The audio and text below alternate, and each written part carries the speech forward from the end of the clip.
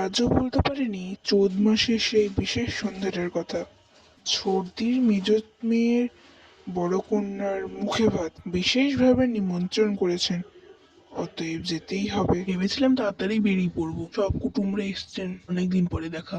কখন যে 7টা বেজে গেল। যাই হোক, বিশুর কাছ থেকে ভুটো ভর্তার সন্ধান নিয়ে বেরিয়ে পড়লাম। বেশ খানিকটা দূর, তবে হাঁটতে হাঁটতে যেন পথ আর শেষ হয় না এরকম মনে হচ্ছে। একটু পরেই বিকাল গড়িয়ে সন্ধে হতে চলল। আকাশে চাঁদ। হঠাৎই মাঠের দিক থেকে একটা লোক এলো। এক নির্জন পথে একটা যাত্রী পাওয়া গেল। ও দাদা, দাদা, তারাও একসঙ্গে গল্প করতে করতে যাই, কিন্তু কে কার কথা শুনে যেমন হাঁটছিল তেমনই হাঁটতে লাগলো। চারিদিকে অন্ধকার, গাছপালা গ্রামটাকে একদম ঘিরে রেখেছে। সামনের মানুষটাকে মনে হচ্ছে কেমন রহস্যময়। আধ ঘন্টা হয়ে গেল অথচ ভূত বর্দার সন্ধান নেই। হঠাৎই একটা চৌমাথা বললো। আমিও দাঁড়ালাম, তবে কোন দিকে যাব বুঝতে না পেরে লোকটাকে জিজ্ঞেস করলাম। দেখছি লোকটাও দাঁড়ালো। কি কি দাদা, ঠিক রাস্তা ধরেই যাচ্ছি তো? ভূত বর্দার কত দূর? কিছু কথা না বলেই সামনের দিকে হাত দেখিয়ে দিল। হাত করে এগোতে গায়ের দিক থেকে এক বুড়ো লোক এলো। ও দাদা, ভূত বটগাছটা কত দূর বলতে পারেন? মুখে কথা না বলে সামনের দিকে হাত দেখিয়ে দিল। যাক, তাহলে ঠিক পথেই এসেছি। শুনশান রাস্তা। হঠাৎ পিছনে তাকাতেই দেখলাম সেই পুরনো সঙ্গীটাই। চোর টোর আবার নয় তো? কি জানি, হাতে ঘড়ি, আংটি, সঙ্গে কিছু টাকাও রয়েছে। বলা তো যায় না আর মনে কি আছে। হাঁটতে হাঁটতে ঘড়ি আংটিটা পকেটে ভরে নিলাম। মিনিট 7 হাঁটার পরে দু একটা কুকুরের ডাক কানে এলো। যাক, তাহলে কোনো ভয় নেই। এর মধ্যেই একটা লোক হুম হুম করতে করতে এক গ্লাস ধুলো উড়িয়ে চলে গেল। আচ্ছা লোক তো বাবা, যাবি তো যা, আবার ধুলো কেন উড়াস? বিরক্তি প্রকাশ করতে না করতেই লোকটা দেখি একটা গাছের গোড়ায় গিয়ে দাঁড়ালো। আমিও লোকটার পিছু পিছু গাছের তলায় গিয়ে দাঁড়ালাম। তখনই মাথার উপর ঘুরপাক খেতে গেল দুজোড়া শকুন। ভয়ে যেন বুকটা দুরু দুরু করে উঠলো। এই গাছের নিচে যেতে হবে আমায়? অন্যদিকে যাওয়ার তো কোনো প্রশ্নই ওঠে না। হুটোবট নাই বা দেখলাম, কিন্তু বাস ধরার রাস্তায় তো যেতে হবে। সঙ্গে সঙ্গে তখনই যেন কেউ বলে উঠলো, সব দেখে তার পাচ্ছে হাসি, দেখ না যাস বিন্দু মাসি। তাহলে কি এটাই সেই ভূত বটটা? বেশ ছড়াটা তো। বিন্দে মাসিরা কি জীবিত কালেও মুখে মুখে ছড়া তৈরি করতো? আমার বুদ্ধি এলো মাথায়। সেই একটা প্রকাণ্ড বট গাছ। তারপরে কাছে যেতে যা দেখলাম সেটাতে আমার বুক ধড়ফড় করে উঠল। কেঁপে উঠলাম আমি। এত শীতেও যেন গদগদ করে ঘামছি।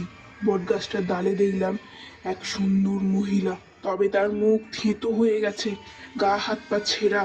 তাহলে এটাই সে বিন্দু মাসি? এটাই সে ভূত বট গাছ? এগো না পেছবো কিছুই বুঝতে পারলাম না। তারপরে জয় মাক্কা মাক্কা বলে দৌড় দিলাম গাছের নিচ থেকে। থামতে লাগলাম।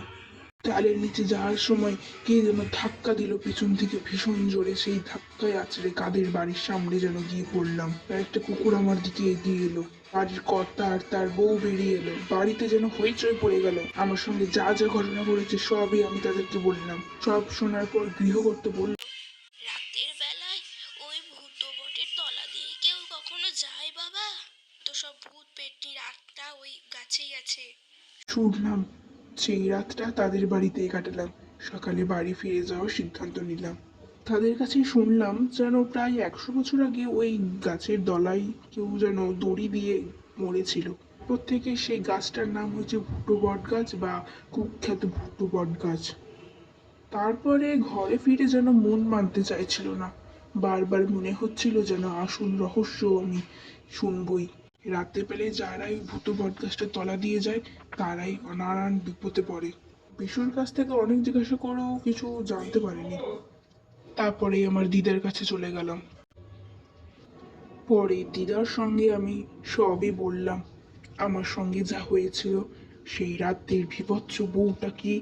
দিদার সঙ্গে সবই প্রায় খুলে খালে কথা বলার পরে দিদা বলল সেই বউটার নাম ছিল নাকি নীরু। স্বামীর সঙ্গে প্রায় অভিমান করত। দিদা ঘরে একাই থাকত। বাবারে, ওই বউটার নাম ছিল নীরু। স্বামীর সঙ্গে ঝগড়া করে অভিমান করে সে গলায় দড়ি দিয়েছিল। তার স্বামী আর তার বউ মিলে থাকতো। তার স্বামী একটা ছোট চায়ের দোকানে কাজ করত। স্বাম এটাতে সে খুশি থাকলেও তার বউ এটাতে কিছুই খুশি ছিল না। তার মনে লোভ জমতে থাকলো। একদিন হয়েছে কি, আরে বাহ রামা, তোর এই গলার হারটা তো বেশ সুন্দর। আরে সুন্দর হবে না কেন? এটা আমার বর শহর থেকে নিয়ে এসছে।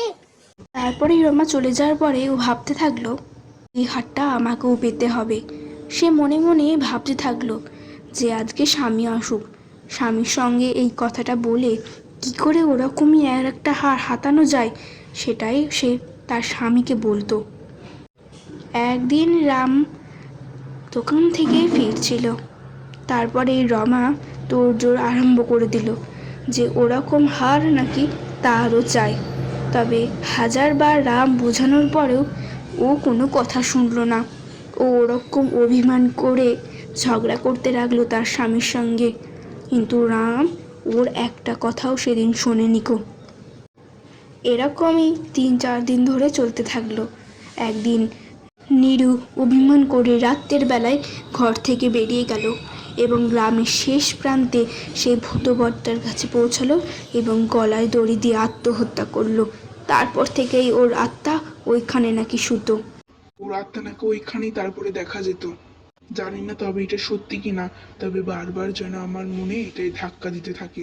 বন্ধুরা, যদি আমাদের ভিডিও ভালো লেগে থাকে তাহলে অবশ্যই আপনারা একটা লাইক দিয়ে চ্যানেলটিকে সাবস্ক্রাইব করে দেবেন। আর হ্যাঁ, পাশের বেল আইকনটিটা অল করে দেবেন।